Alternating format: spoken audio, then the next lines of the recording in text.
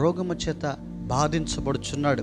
ఈ పరిస్థితిని గమనించిన ఈ ఇశ్రాయేలు చిన్నది ప్రియదేనులారా తన యజమానురాలతో చెప్తుంది కదా, అమ్మా, నా ఏలినవాడు తప్పక షోమ్రోనులోకి వెళ్తే అక్కడ గొప్ప దైవ సేవకుడున్నాడు, ఆయన యొద్దకు వెళితే తప్పకుండా నా ఏలినవాడు బాగుపరచబడతాడని చెప్పేసి చిన్నది ప్రియదేనులారా చూడండి, తనకు యజమానులైన వారికి క్షేమాన్ని కోరగలిగిన స్థితిలో ఇశ్రాయేలు చిన్నది ఉంది దేవుని బిడ్డలారా. దానికి గల కారణం ఏంటంటే యెహోవా యందు భయభక్తులు కలిగి ఉంటే, దేవుని యందు భయము, దేవుని యందు విశ్వాసత, దేవుని ప్రేమ, దేవునికి నీతిని కలిగిన వారు ఈ రీతిగానే ఉంటారు దేవుని బిడ్డలారా.